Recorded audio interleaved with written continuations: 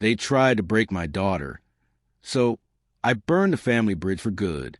The rain came down like punishment that night, soaking through my jacket, dripping from my hair into my eyes. My daughter's tiny hand clutched mine, cold, shaking, but she didn't cry. Behind the cracked window, I could hear them laughing, whispering. Their words slid through the glass like poison smoke. They didn't just hurt her that winter. They hollowed me out. And the worst part? I saw it coming. I knew their cruelty waited behind that polished smile. I was the fool who led my little girl into the viper's nest, thinking my love could shield her. My name's Nathan, and this is a night I finally broke a bloodline that should have ended long before it broke us. Before that storm, my life felt like balancing on a ledge that kept crumbling under my feet. I was a single dad, a manager, a son trying to stay loyal to parents who never saw me. My daughter Leia was 7, soft-hearted, with eyes too big for a world this unkind. She believed love always came back. We lived in a creaky loft, paint peeling, pipes groaning, but her watercolor paintings made it home. I worked nights managing my parents' shipping company, the one they loved to brag about, building from nothing. In truth, I was the one keeping alive, taking supplier calls at midnight, handling clients they pushed away, doing everything while being treated like a ghost.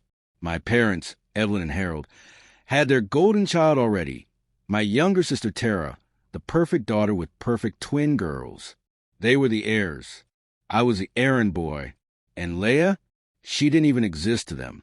Still, I told myself family's messy. You endure. You keep showing up, hoping they'll notice. Leia used to ask, "Will Grandpa read my story today?" I'd force a smile and say, "Maybe, sweetheart."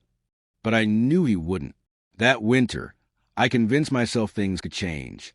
I told Leia we'd spend Christmas at their seaside cabin, the one that smelled of salt and pine, where waves broke just beyond the dunes. She was thrilled. She even made them a scrapbook, press leaves, photos, little "I love you" notes in purple ink. Her hope stabbed me in the ribs the whole drive there. By the time we arrived, the air felt wrong, too polished, too rehearsed. Tara was already there, her twins tearing into gift bags, shrieking with delight. My mother's laughter was brittle, too bright. My father stood by the counter, swirling red wine like it held the answers to life. Leia pressed close to me, clutching her scrapbook. Then Tara looked at me, just one sharp, knowing glance, and I felt it. Something mean waiting to strike. Gift time. Tara's girls got tablets, rollerblades, gold charm bracelets. Even their pet bird had a cage worth more than my rent. Leia waited, quiet, twisting the drawstring of her raincoat. Finally, my mother reached behind the couch and pulled out a small, wrinkled package. "This one's for you, sweetie." Leia's face lit up. She tore the paper carefully. Inside was a cracked plastic toy boat, its sail torn, its paint chipped, like someone fished it from a trash can.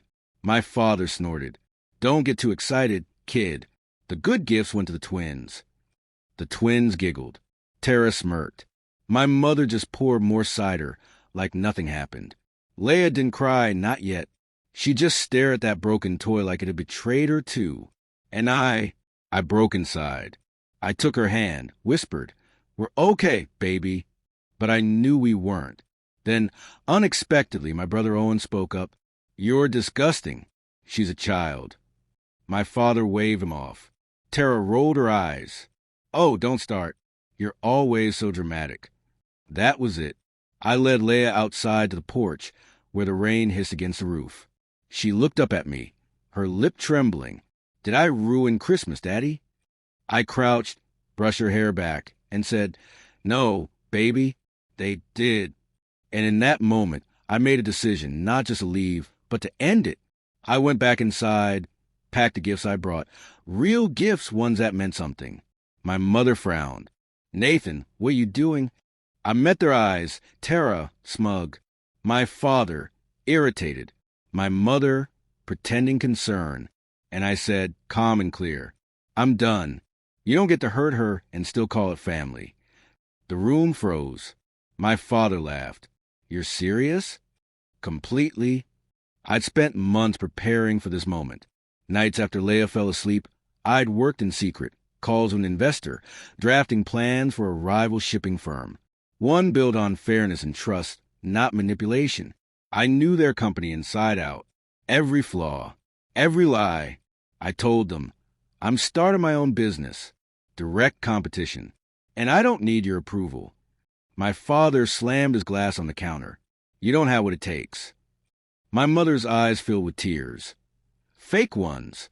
Tara scoffed. You'll crash in a week. I didn't argue. I just pulled a folder from my bag and slid it across the table. Inside, a takeover offer. Not for me to join them, for them to sell everything to me. The deal was backed by my investor. Fair enough for them to retire peacefully, or they could refuse and drown. My father went pale. My mother stammered. Tara exploded, calling me a traitor. But Owen said softly, he's giving you a way out. Take it. I stood tall, rain still dripping from my coat. You've got 5 days, I said. After that, I stopped being generous. Then I took Leia's hand, her stuffed owl tucked under her arm, and we walked out into the storm. We built something new after that, a life without apologies. Our own shipping company grew fast. We worked hard, laughed harder, and no one made my daughter feel small ever again. My parents didn't take the offer. Their empire's crumbling now, fighting to stay alive. I don't check in. I don't need to. Leia's back to painting.